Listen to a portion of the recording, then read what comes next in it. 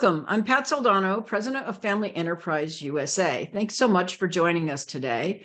I am here with Catherine Fossett, who is the Executive Director for the Institute for Family-Owned Business. Thank you so much, Catherine, for joining us today. Hi, Pat. Thanks so much for having me. So today, Catherine and I are going to talk a little bit about her job as Executive Director for the Institute. And I'm going to start by asking her some general questions. So, Catherine, why don't you begin by giving us a little background on the Institute and maybe the history behind it? Okay. So I'm coming to you from Maine, and we were started 29 years ago with 20 family businesses from Maine who were driving to the University of New Hampshire because they had a family business center. And one of our leaders was trying to transition his third generation family business and said, well, why don't we have this in Maine? Why are we driving to New Hampshire? So he and his daughter, Kathy Lee, started the Institute for Family-Owned Business at the University of Southern Maine. And at that time, it was a very closed group with one bank, one insurance company, one accounting firm, and other exclusive service providers who helped start the center. And in 2008, we had some funding issues. So we became our own 501c3 nonprofit and opened it up to other number of service providers and other family businesses because 80% of businesses in Maine are family. Excellent. And so where are you today? I mean, what is the kind of the size of the membership? What's the geographic reach of the membership?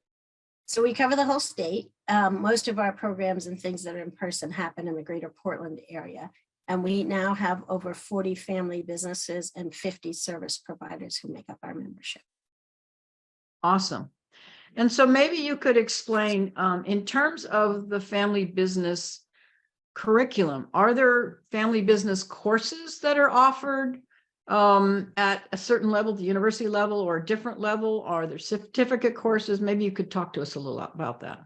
Yeah, we have a number of different educational programs that we called how-tos, and that cover various topics on family business management, including succession planning, hard and soft skills, family business structure, leadership, and other things. And we offer over 50 programs to our members.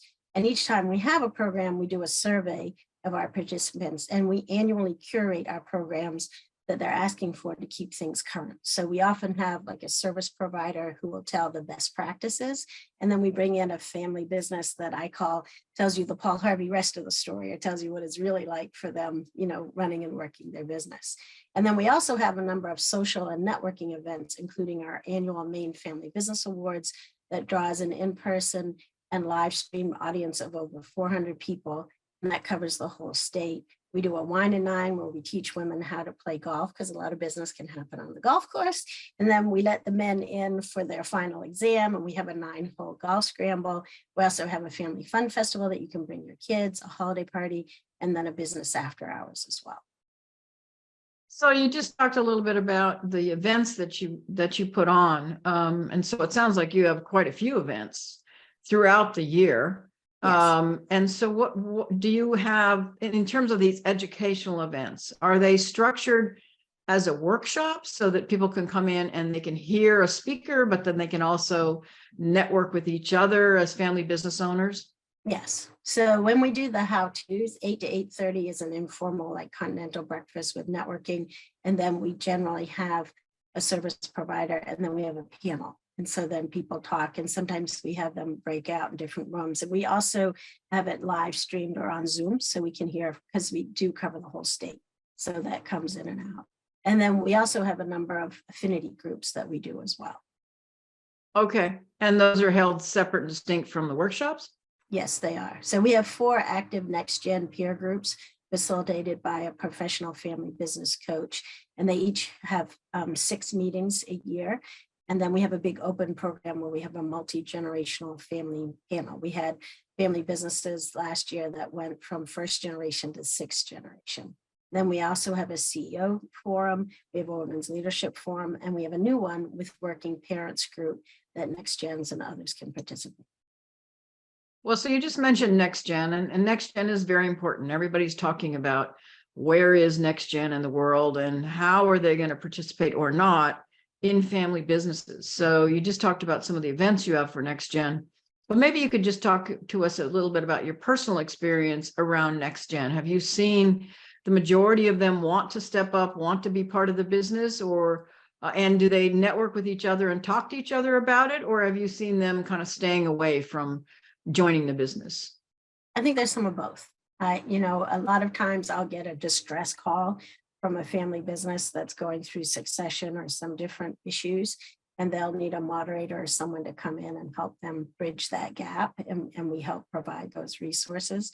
But our first Next Gen group has been meeting for over 10 years, and they've become a tight bond of leaders who are running their family business. And they often bring in outside coaches beyond what we do for them, but they've become tight-knit friends and they help each other. And especially when COVID was happening and they were filling out their PPP loans and things like that, they had different banking relationships. So it became a lifeline for them.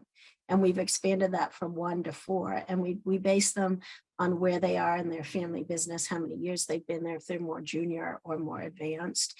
And we find that those who do engage and participate and agree to come to 6 meetings a year and have it facilitated by the coach, it really becomes invaluable for them. And they self-direct their own topics. Sometimes if they need someone for us to bring in from the outside, we do that, but it's totally based about them and their needs. And we have people who come in from Caribou, way northern Maine, into people who are, they come in person and Zoom. So there's a lot of flexibility there. And sometimes, family businesses are very private and they think they have unique challenges, and then they get in a room with others and then they realize, so a lot of what I do too is if I attend all these meetings and I sign a confidentiality, and they do too, but that means I've been in with the next gens and I've been in with their parents. And so I hear and see the issues. And then a lot of times if I know that, like, there might be one family member, a woman who's taking over a business in a very male dominated area, I know another family business who's stepped in those shoes, and then I facilitate and coordinate them, and then they can help each other and mentor each other, because that's the big strength of our institute, is that these family businesses, it's hard to run a business, it's hard when it's a family, but they all come and they want to help and they want to share. And so it becomes a really big support system for them. Yeah, that's great to hear, because that's what we hope, right? Is Next Gen helping Next Gen. And I'm so glad that you're focused on that. And it sounds like you have some amazing resources. So that's excellent. And I always feel so privileged that I can hear that's where the magic of the Institute helps, when one peer can help another peer with a challenge that they've had and be able to give them some ideas and tips. And then you realize, wow, we really are making a difference, and they're like, it's hard. They'll say it's hard for me to pull away from my work. I know my work's always there, but if I come here, I get the help and the support that I need. Absolutely. No, that's very, very critical. Well, I'm going to switch gears a little bit and talk about tax and legislative issues. As you know, Family Enterprise USA's sole mission and purpose is to promote generationally owned family businesses and their lifetime of savings. And we work with family business centers and institute like yours around the country, hoping to be your advocacy arm, working at a national level in Washington, D.C., talking to members of Congress, expressing those challenges and concerns of family businesses. And recently, we encouraged Congress to form a Congressional Family Business Caucus, as you're well aware. We're very excited about that, and we need support from family business owners to talk to their members about joining that caucus. But I wanted to ask you, with your knowledge of your membership, do you find that they have concerns around some tax or economic issues that may be affecting them individually as owners of a business or their business operation itself? Yeah, we had a Next Gen group share their own tactics for managing taxes. And we just had that like 2 months ago. And they were saying, what do you do? How do you do it? How do you manage these things? And that was our senior group that are actually running the family businesses now. And then our CEO forum, you had mentioned about economic and legislative issues that affect their business. There was a lot of that, especially happening during COVID with supply chain issues. So they are tuned into that as well. We as a 501c3, we don't do advocacy work ourselves. So we really appreciate what you do and can tie in with that. But we do have our board, and we have our individual family businesses that when an issue or something comes up, we can alert them to it, and then they do help and they do engage. Well, that's great. Yeah, and as you're well aware, we do a survey every year, and we did find that 86% of the respondents had supply chain issues, and in fact, 74% were affected by inflation. We've also learned that tax issues are very important to family businesses because 80% of them operate as a pass-through entity. So an LLC or an LP or an S Corp. So they're paying ordinary income tax rates at 39%, and corporate America gets to pay 21%. So it's a staggering statistic that members of Congress didn't know, and neither did we, quite frankly, until we did our survey. Once again, that 80% of family businesses operate as these pass-through entities. So we have also learned through the survey that we've done that family businesses are very philanthropic and they give locally. We've learned that 79% of them give locally to a local charity or a local charity of a national organization. And we have some great stories, but I'd love to hear your take on that. How do your family businesses support their local community? Well, most of our family businesses are extremely generous with their time, talent, and treasure. And many support children's issues, cancer, veterans causes with generous donations, and many serve on boards of nonprofits as they strongly believe in giving back to their communities. And many have, in our institute, have over 3 generations of giving in their community, and they've passed this tradition on to each generation. And we did a program last year called How To's on Meaningful Giving, and it was well received and articulated how they go about selecting which organizations they'll support and why.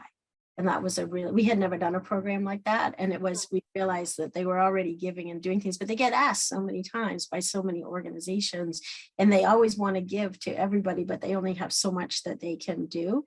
And so they figured out ways to do a little bit more structure or tie in with some of their own personal interests and funded those areas. Well, that's great to hear. And it's great for each of them to hear from each other, right, about the various organizations that they support in the community. So we have learned that family businesses are incredibly charitable, and your families sound like they're right in that camp. And they help support us too. So we appreciate that very much. Yeah, exactly.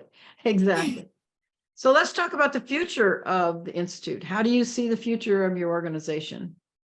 Well, we are hopefully launching our new website tomorrow, which provides a significantly enhanced online experience that we're proud to offer to our members, from access to many member-only educational programs to our annual awards, to the extensive networking and social opportunities we plan throughout the year. We aim to deliver everything to our members' need to succeed and be a trusted resource. We hope this new vehicle will also offer new features that benefit the general public, including up-to-date information about the IFOB, our member-hosted events, webinars, networking. And if those people are interested in becoming a member, then they can easily go to our website at fambusiness.org and sign up directly there. So we hope this will continue to let us grow. We did a big research project tied into it before we did it, where we had 25 interviews for 25 minutes or more with people from what we call dabblers to our brand ambassadors. And what we found is they said they didn't expect us to have all the answers, but they expect us to be the resource of the people who could convey those experiences or bring the expertise and the experts to help them with their challenges. And what we're hoping with this website, it'll have a member portal so our CEOs can continue talking, or the next gens or other people, and tie into it. We can have podcasts, we can have articles, we can have job listings, and it can really become a huge resource for the family businesses within the state of Maine or beyond. Well, that's excellent. Well, we hope when you get that website up that you post some of our podcasts and some of our webinars. We already have you in the lineup. So you're already in there. Excellent. Well, final question is there anything we can do at Family Enterprise USA to help you with your institute or with your members of the institute? Well, you already do so much with your research and your advocacy and your sponsorship support. And I would say, please continue to do that. We've had you speak at our events and educate people. I love the fact that you do that survey and you provide the information. And we're also really excited about the new Family Business Caucus that seeks to educate the members of Congress about the contributions of family business. So thanks for leading this and all the work that you do. I'd almost toss it the other way and say, what can we do to help you? Because you do so much too. And it is a good partnership and we really appreciate it. Well, we really appreciate it as well. And thank you so much. And yes, we would love it if your members would reach out to their members of Congress and ask them to join the Family Business Caucus. As you already indicated, it's an educational caucus. It's a bipartisan caucus. There's no financial support required of them, and there's a limited amount of time. So we really hope that the members of Congress will join so they will learn more about family businesses, because we've learned they don't really know family businesses, and they'll be more educated. As we have our caucus meeting next week, we're going to bring family businesses, as you well know, owners, as well as centers and institutes around the country, to come and talk to staff and members of Congress. And so they can learn what family businesses really do. So we thank you for all your support, your encouragement. You allow us to talk to your members, get input from them. So we really, really appreciate that. And I want to thank you for being on this video today and taking time with me. Oh, I'm very happy to do it anytime. Thank you and good luck next week with your meeting. Okay. Thanks, Catherine. Take care. Have a great day. Take care. See you. Bye-bye. Bye-bye.